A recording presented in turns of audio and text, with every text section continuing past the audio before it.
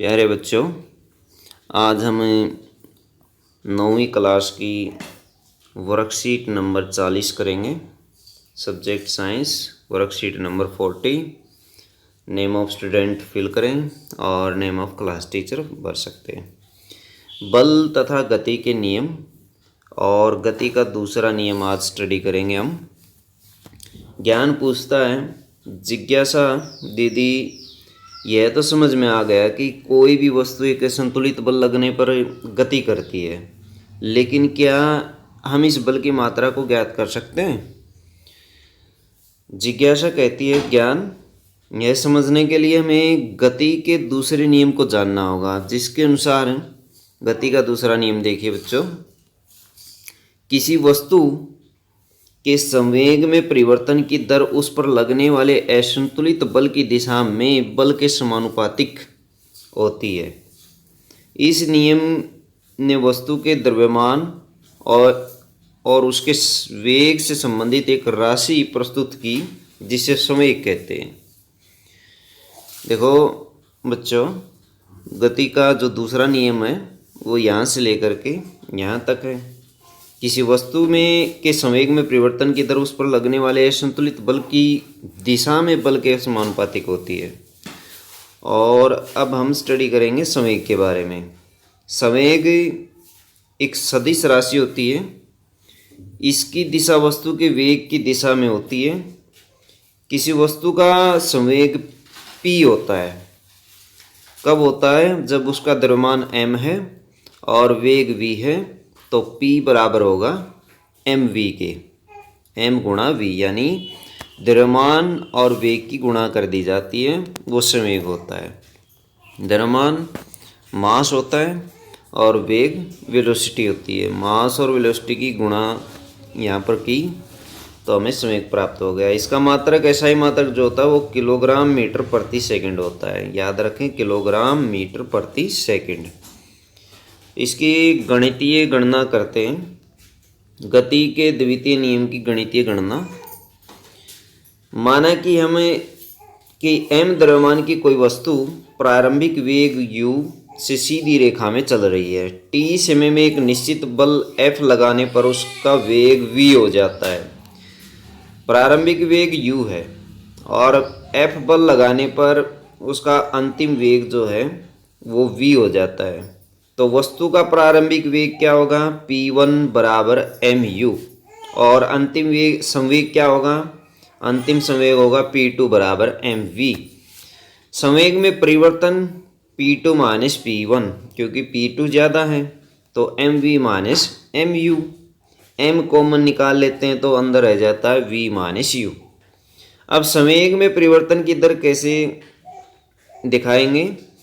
m into v minus u बटे t. संवेग में जो परिवर्तन था उसको समय से भाग दे दिया तो संवेग में परिवर्तन की दर आ गई। गति के दूसरे नियम से लगाया गया बल डायरेक्टली प्रोपोर्शनल होता है संवेग में परिवर्तन की दर के। तो इसके प्रोपोर्शनल इसको दिखा दिया। F is directly proportional to m into v minus u बटे टी।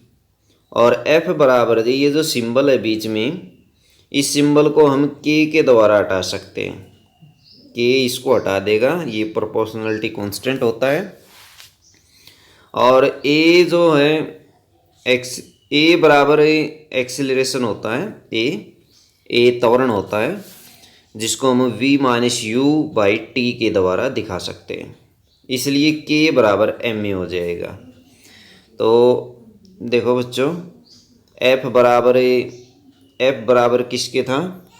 F बराबर था K into m into v minus u by T.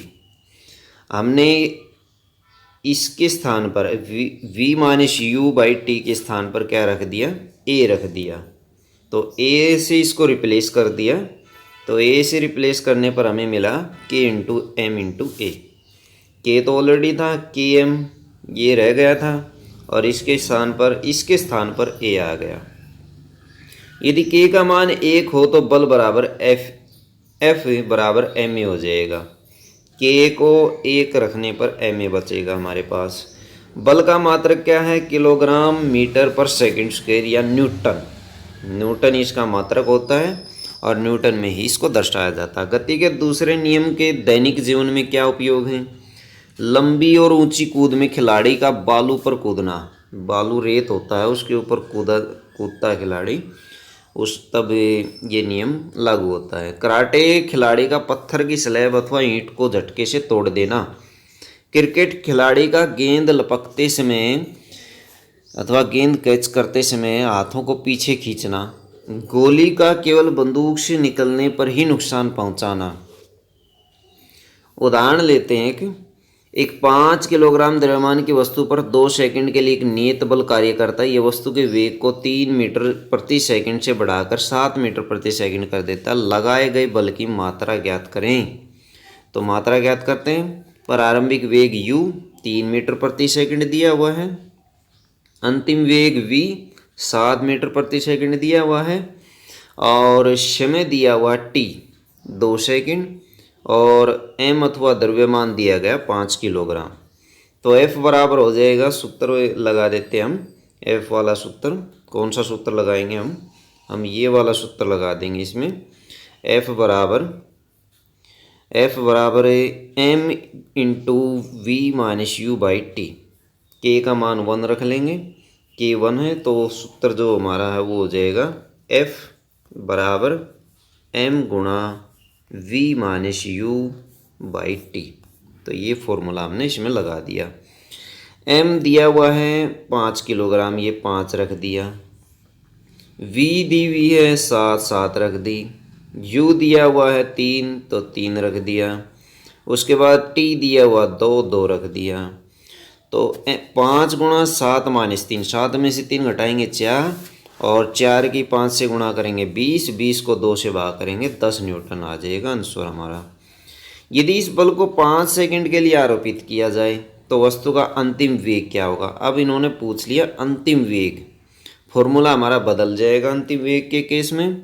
समय t जो है वो 5 सेकंड है, और फॉर्मूला लगेगा अब v बराबर f गुणा t बटे m और प्लस u।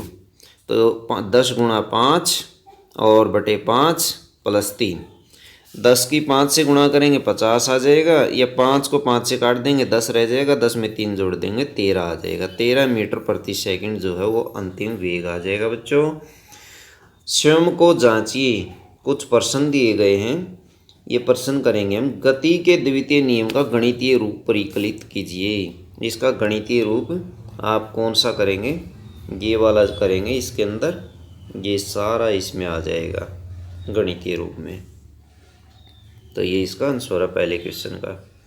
क्वेश्चन नंबर 2 पर आ जाइए बच्चों। एक कार सड़क पर रुकी हुई है, उसका संवेग क्या होगा? कारण स्पष्ट कीजिए। कार जो है रुकी हुई है, इसलिए संवेग के लिए सूत्र होता है P बराबर m गुणा v। अब देखिए बच्चों, मास जो है वो कार का फिक्स है, वो तो है ही जो है, लेकिन जो वेग है वो 0 है। m गुणा v है, तो v जो है वो 0 है। 0 से मल्टीप्लाई करेंगे तो ये 0 हो जाएगा। कारण यही है कि वेग 0 है, इस वजह से इसका संवेग 0 हो जाएगा। 100 किलोग्राम की एक वस्तु, प्रश्न नंबर 3 है, 100 किलोग्राम की एक वस्तु 6 सेकंड में 5 मीटर प्रति सेकंड से 8 मीटर प्रति सेकंड उसका वेग हो जाता है। उसे बल को ज्ञात करें जो उस वस्तु पर लगाया गया है। बल ज्ञात करेंगे, फॉर्मूला कौन सा लगाएंगे? ये वाला फॉर्मूला बिल्कुल सेम तरीके से इसको करेंगे, और फॉर्मूला ये वाला लगेगा इसमें। तो बच्चों इसमें F ज्ञात करना में, और F बराबर आ जाएगा, फॉर्मूला लगा दिया हमने, m गुणा v minus u by T. ये फॉर्मूला अप्लाई कर दिया, डायरेक्ट अप्लाई करेंगे हम। यहाँ पर m जो है 100 दिया गया है, पहले वैल्यू लिख लेंगे आप, और मैं डायरेक्ट रूप से आपको समझा रहा हूँ। तो ये ऐसे करेंगे 8 माइनस 5 डायरेक्ट, और बाई समय दिया गया 6 सेकंड, तो 6 आ जाएगा नीचे। 8 में से 5 को घटाएंगे 3 बचेगा, और 3 की 100 से गुणा करेंगे 300, 300 बटे 6। और 6 से इसको काट देंगे, 6 एकम 6, 6 पंजा 30, 50 न्यूटन बल आ जाएगा। तो बच्चों 50 न्यूटन, इसके नीचे लिखेंगे पीछे लिखेंगे न्यूटन, एन। न्यूटन के लिए जो सिंबल होता है वो एन होता है। 50 न्यूटन बल आ जाएगा। क्वेश्चन नंबर 4 है 0.5 मीटर प्रति सेकंड वेग से चल रहे 100 किलोग्राम द्रव्यमान वाले ट्रक का संवेग ज्ञात करिए। बिल्कुल आसान है। P बराबर m गुणा v, m और v की गुणा कर दें। अब देखो बच्चों, यहाँ पर दिया गया है द्रव्यमान 1000 और वेग दिया गया 0.5, तो इसकी गुणा कर दें, इसके साथ मल्टीप्लाई करेंगे तो यह आ जाएगा 500 आ जाएगा। अब हमें पता होना चाहिए इसका मात्रक क्या होता है, किलोग्राम मीटर प्रति सेकंड। किलोग्राम मीटर प्रति सेकंड ऊपर आया था, इसका जो किलोग्राम मीटर प्रति सेकंड ये रहा इसका मात्रक। तो ये मात्रक आप पीछे लगाएंगे ज़रूर। क्वेश्चन नंबर 5 है, 5 में संवेग को परिभाषित कर उसका मात्रक बताइए। मात्रक भी लिखिए और इसको परिभाषित भी कीजिए। देखिए बच्चों, ये इसकी परिभाषा, इसमें ये एक सदिश राशि होती है, ये वाला इसमें से आप उठा सकते हैं यहाँ से। संवेग क्या है?